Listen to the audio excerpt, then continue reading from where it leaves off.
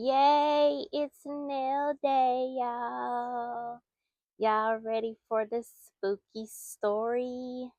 I got a spooky story for y'all today. But first, before we get into the story, y'all, I have been going crazy mixing acrylics, you guys, and I have been stretching my acrylic so much. So good. Like, I've been stretching the hell out of my acrylic. So I was trying to get this color right here that Jen sent me, but I didn't want it that dark. I wanted it in between, like that color and that color, but I wanted it just a tad bit darker. And so I mix, not polish, and AliExpress colors together. And I think that's the color right there that I want. Yeah. So I wanted this. I don't even know like what it is. Where is the other part, y'all? Did I miss it? I had mixed some little sparkles in it. What happened to it? Hold on, y'all. Okay, y'all. So I've been mixing acrylics so much, I forgot. It's not on this video. It was another video where I had put some little sparkles. Okay, so disregard all the sparkle talk. Anyway, this is a real-time application, you guys, because I wanted to let y'all watch a real-time application to give me time to tell y'all my spooky story. Now, this story is a true story, so I'm not going to be like telling it like a spooky story. I'm just going to tell y'all what happened because this like literally happened to me. It's not going to be like last year when I gave y'all the story that I actually wrote myself. And if y'all don't know nothing about that story, y'all need to go check that story out. Like, I put my heart, sweat, and tears into, like, that's when I first started YouTube. Y'all, I was so crunk, and I was like, I'm finna write them a whole story. And I wrote a story for y'all. Some of y'all heard it, and I did a part 2. So yeah, I'm gonna put that in the description box if y'all want to hear a cool little scary story, you know what I'm saying, for the seasons, you know what I'm saying, go check it out. But this story, baby, this story that I'm finna tell y'all, oh my gosh, this is a true story. Okay, so let me tell y'all what happened. Y'all ready? Okay, so this happened like when I was 16 years old. So when I was 16 years old, me and my best friend at the time, and I'm gonna go ahead and say her name. Should I say her name? Yeah, I'm gonna go ahead and say her name, y'all, because she probably won't ever see this video.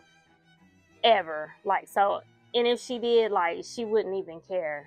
Like, she might care, but I don't care because we're not friends anymore. Like, yeah, I don't know what happened to her. She kind of like vanished from the face of the earth. No, really, she cut me off. But anyway, I'm going to get into all of that. So, okay, so I'm going to go ahead and say her name, y'all. I'm just going to say her name, okay? I don't usually use real names, but I'm going to use real names today. I can't remember like anybody else's name, but I know her name because like that was, and I'm kind of hurt. You know what I'm saying? Like how she cut me off. Like I'm kind of hurt because like that was my best friend. Like, you know what I'm saying? After Jenny, y'all know Jenny on here. Like that's my best friend. We was best friends from like elementary. And then when I went into high school, that's when Leah, her name is Leah, became my best friend. Like we was close. Like y'all, when I had a best friend, it was like we was together all the time. Like that's my friend, that's my friend. You know what I'm saying? Like if you see me, you're gonna see her. If you see her, you're gonna see me. Like I was like one of those type of friends. You know what I mean? I ain't like hang out with a group. I just had like one friend. You know what I'm saying? Like I had a lot of friends, but I only had like one friend that I was like real tight with. You know what I mean? Like I could kick it with everybody in high school. I wasn't like the most popular, and I wasn't like the poor child in high school either.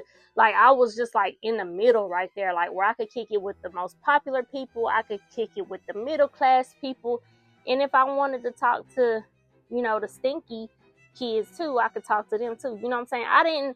I never like just had a clique. You know what I'm saying? But Leah was like, that was, you know what I'm saying, that was my homegirl. You know what I mean? So anyway, let's get into the story. Okay, so when I was 16, me and Leah, we went to her friend's house, which we all went to high school together. So like I knew them and I was cool with them like in school, but I never hung out with them outside of school. So we went, I don't even know if we were supposed to stay the night, but I don't think we were supposed to stay. I may have been staying the night with Leah. So anyway, it was her two friends, and I'm gonna tell y'all like the honest to God truth about them too. Like they were lesbians. The other two girls, like they was cool as hell. I love me some lesbian friends. So like they was lesbians. The girl's house that we went to, she was a lesbian. Her girlfriend was over there with her. Right. So I was supposed to be staying the night with Leah. But then we went up there to her house to kick it with her because her parents were gone. I don't know if they were out of town or I don't know where they was at, but they was just gone. Like they was gone like all day, all night. Like they was gone. So we went up there, y'all. It was like they lived in the country. It was like way deep in the woods, you know what I mean? Like, so everything was cool, you know what I'm saying? When we first got over there, everything was cool and everything. And then I went into her kitchen. Y'all, and called my boyfriend. My boyfriend at the time, I even say his name. His name was Michael. My boyfriend at the time, I called Michael. And, I was 16. That was like my first true love. I loved him. I thought we was going to get married. You know how you are at that age. I thought we were going to get married. Like that was my man. Woody, woody, woo. Like I was 16. That's actually who I lost my virginity to. Michael. So I don't even know if I should say that. I might edit that part out. That's too much information. But hey, some of y'all lost y'all virginity way earlier than 16. I think I did a damn good job keeping my virginity until I was 16 years old. And I probably still would have been a virgin if my mama didn't put me on no damn birth control. Okay? Because she just knew she thought I was doing something, and I told her I wasn't doing nothing, so she put me on birth control. And then when she put me on birth control, I was like, oh, fuck it, I might as well do something now. I'm on birth control. So anyway, back to the story. So I go in the kitchen, her kitchen, okay. Y'all, her kitchen is like long and narrow. And I was at the very back of her kitchen, right? I'm at the back of her kitchen, and I'm looking down her kitchen. Down her kitchen, she just has like a row of cabinets, right? There's probably there's two together, and then there's another two together, and there's another two together, and there's another two together. So 2, 4, 6, 2, 4, 6, 8. There's like 8 cabinets, right? There's 8 cabinets going all the way down her slender kitchen. It's a narrow, slender kitchen. I'm all the way at the end, and it's dark. Like they got the lights off in there. Everybody else was in the room with the girls. Like all the girls, they were in her room. I went in the kitchen and talked to my boyfriend, right? So I'm at the very end of the kitchen, and I'm just standing there, talking to him, and I'm just looking down. I'm just standing there talking to him. Y'all, what about the cabinets started opening by themselves? I'm getting chills just thinking about it. And the way that it did it, y'all, oh my God, I get chills, y'all. Oh my God. So oh my God. This happened so long ago, and it's still giving me chills, y'all. This happened when I was 16. So it was like one cabinet opened real slow, and then the next cabinet opened real slow, and then the next cabinet opened real slow. And I think when the 4th cabinet opened, okay, so when the cabinet started opening, I stopped talking to my boyfriend, right? And he was like, bae, what are you doing? Because I had just stopped talking. I was just shocked, and I had lost my breath, and I just stopped talking. And he kept saying, bae, what you doing? And then I finally said something, and I whispered to him, and I said, the cabinets are opening by themselves. Did y'all hear me? That's what I said. I said, the cabinets are opening by themselves. That's what I said to him, right? So when the cabinets started opening, like, you know where the handle is on the cabinet? So that's the way they opened. So when they was opening to where the handle part was coming toward me. So it was opening toward me, and it would just stop. And then the next one would open toward me and just stop. And then they were all just open like toward me, right? So by the time like the fourth one opened, I gunned it, y'all. I just started taking off running, ran in the room with them, and jumped on the bed. Just jumped on the middle of the bed and like was bouncing. Like I ran so hard, flew in there, and just like I was like in the middle of the floor, and then I just jumped. I was like in the middle of the floor, y'all, and I just jumped in the middle of the bed. And they was like, what the hell's wrong with you, right? They was like, what the hell are you doing? You know what I mean? So, and then I told the girl whose house it is, I looked at her. I don't remember her name, y'all. I don't remember her name. But I looked at her and I said, the cabinets are opening by themselves. You know, so I was like, the cabinets are opening. They started opening by themselves. And she was like, oh, yeah, that's just George. He's harmless. He's not, you know, he's not going to hurt you or anything. She said, he just jokes around with us like that all the time. And literally, after she got through with her statement, the TV that she had in her room, y'all, the TV, it was on a channel, but it was kind of like on low. We wasn't watching the TV, but it was on a channel. And it was like one of those old school TVs, y'all. I'm starting to feel like I'm super old, but it was like one of those box TVs that and I think hers had a remote to it. But, you know, back in the day, ours didn't have a remote. I had to, like, get pliers and, like, turn the knob. Y'all that are my age, y'all know where I'm coming from, right? So she had one of those TVs. And as soon as she got through saying what she had to say, all of a sudden the TV just flipped over and it was all snow. So the TV it was all black and white. If y'all don't know, some of y'all younger folks might not understand what I'm talking about. I might insert some images for y'all so y'all can, you know, keep up with what I'm trying to say. So as soon as she got through her statement, the TV was like, shh, and it went on all snow, and then it just clicked off. It just turned off. And I'm looking at Leah like, what the fuck? I'm looking at Leah like, bitch, why you didn't tell me she had spirits in her house? Because, like, I don't look at that as like ghosts. I look at that as like spirits. Like, she got spirits. Like, those are spirits in the house, right? And I'm 16, y'all. Y'all gotta remember, I'm 16. So, you know, I'm still not, my mindset is not all the way to where I'm just like telling her, let's get the fuck out of here, let's go, right? But it's like the girl who lived there, they must have liked dibbling and dabbling into that type of stuff, because after that, she was like, y'all, let's play the Ouija board. Y'all, I cannot make this shit up. Who in the hell has a Ouija board today? I mean, it was back then, but I'm saying, if you have a Ouija board today, throw that shit in the motherfucking trash. Burn that motherfucker right now. Go get it and burn that shit. Never, do not ever, ever, ever in your life play on a damn Ouija board. I'm telling you, it was like, looking back at it now and seeing how she seen like the spirit was active. It was like once she seen the spirit was active, then she even, you know what I'm saying, she wanted to like agitate it even more, or she wanted to take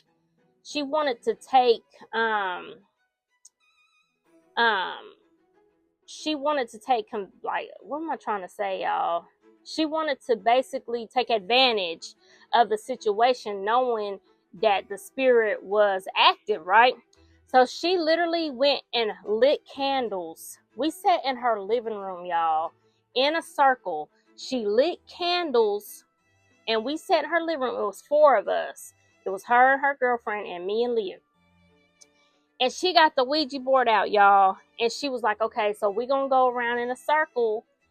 And if y'all know how the Ouija board works, everybody's supposed to put their hand on the middle piece. It's like a triangle. And you put your hand on the middle piece, right? And you ask it a question, and then it goes to like yes or no, or it'll spell out something, right? So, yeah. Just thinking back, like, that shit was so crazy. So anyway, I asked the Ouija board, because I was like so in love with Michael, y'all. So my question was, did Michael really love me? Because we was talking about marriage and stuff like that. And I did date him until I was 18, and we were still talking about marriage, but it didn't work. So I asked the Ouija board, did Michael really love me? And it went to no. So maybe that's why it didn't work out. But the crazy thing about it, y'all, was we was not moving it. I promise you, we was not moving it. Like I knew those girls. I ain't know those girls like that, the other 2, but I knew Leah. You know what I'm saying? And I knew Leah knew them like they were her sisters. You know what I'm saying? So like we all trusted each other. But I'm telling you, that spirit was moving that thing. We was not moving it. I promise you. I didn't even like budge it. Like I barely had my hand. I had my hand on it, but I was not pushing it at all. So then I forgot how this came to be. But I think, oh yeah, it was one of the other girls. One of the lesbian girls, one of the girlfriends, she said she had asked the Ouija board, who is the chosen one? Who in the hell at 16 asked who is the chosen one, y'all? Like, who in they, like, that just lets me know, like, looking back at it now, like, they was dibbling and dabbling in that type of shit. Like, I ain't know nothing about it. I was dumb to it. When she brought out the Ouija board, y'all, I did not think it was that serious. I didn't really think that it was real. I didn't think that it was really going to be anything. But I mean, just the fact that I knew that she had spirits in there, and then I still stayed and played the Ouija board, like, looking back, like, what the hell is wrong with you? You know what I'm saying? But I was 16, y'all, 16. And, you know, we were all friends, and we was just having fun. Our parents were gone, so we did it. But, y'all, one of the girlfriends asked who was the chosen one, and it pointed to Leah. Now, quick little background of Leah. Leah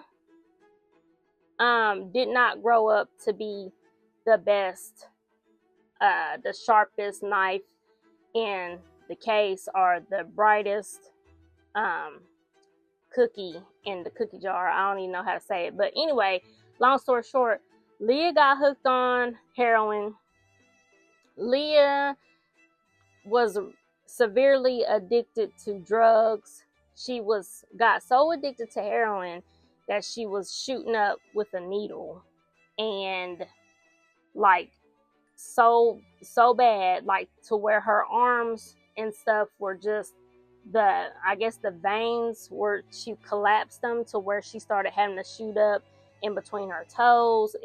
I mean, it just got really bad. And I wasn't around her at that time. I had moved to Colorado, Denver, Colorado. Yeah, I used to live in Denver, Colorado. I used to move.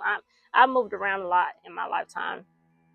But when I had came back home, you know, when I had came back home, and like, y'all, like in my earlier years, I was not on Facebook, like, because I was too busy being a wife and a mother. And I didn't even know that Facebook was a thing until like my late 20s. So I found Facebook, right? Or Facebook found me, or anyway. And then like all of like my high school friends, they were like finding me, and they were just like, where have you been? Where have you been? And anyway, long story short, because y'all don't know these people, but long story short, I got in touch with Leah. Like, I reached out to Leah because she didn't reach out to me. But it was like she told me everything that had been going on with her. She had moved to Florida or something like that, and she had married this Arab guy who was supposed to be rich, and he like owned all these gas stations and stuff. But I think he had got her, well, I ain't gonna say he got her on drugs, because Leah, she used to like to dibble dabble, and she was like one of those type of free spirit, like she would try anything. Like that's just she would do stuff like that, you know what I'm saying? And I had a lot of friends that would do stuff like that. I don't know why I was always around people that like to be involved in drugs, because I was not that type of person. The only thing I ever tried was weed, and then I was scared and nervous to even do that. And then when I did it, I was so paranoid, like I was running home. So I was never the one to get into the drug thing. Like I was never the one to just want to try anything anyone had, but Leah was. Leah, if anybody had anything, she was trying it. This girl had already had tried a whole bunch of drugs before she even graduated high school. So, but every time she was around me, she was sober. Like she was real cool, you know what I'm saying? So I don't know, but apparently if Satan, because I really feel like that's Satan, of course it's Satan, you're playing with the Ouija board. So if Satan tells you you are the chosen one, that's not good. That's not good for your life. You know what I mean? That should have been a wake-up call for her, you know, to try to change and do better in life, and, you know, change her ways. But, you know, at the time we were so young, you know, because I was watching a video the other day, and this girl was saying that she was talking about God, and she was saying, you know, like, you're the chosen one by God. Now, if you're the chosen one, if God tells you you're the chosen one, then that's good. But if you're playing the Ouija board with people and you ask that Ouija board who the chosen one is, best believe, if it points to you, you better go run to the church. You better drop to your knees. You better go get baptized. You better go get some holy water thrown on you. You better go do whatever you need to do to switch up your life and change your life around. That's it for this video, you guys. That's my story. That's a real story, y'all. It was crazy. I never went to her house again. And yeah, you guys, talk to you in my next one. And I guess that's why me and Leah never did link back up ever again, because, you know, I'm just not about that life. I'm not about that lifestyle, and I don't attract that type of behavior. So I'll see you guys in my next one. Thank you guys for watching. Bye.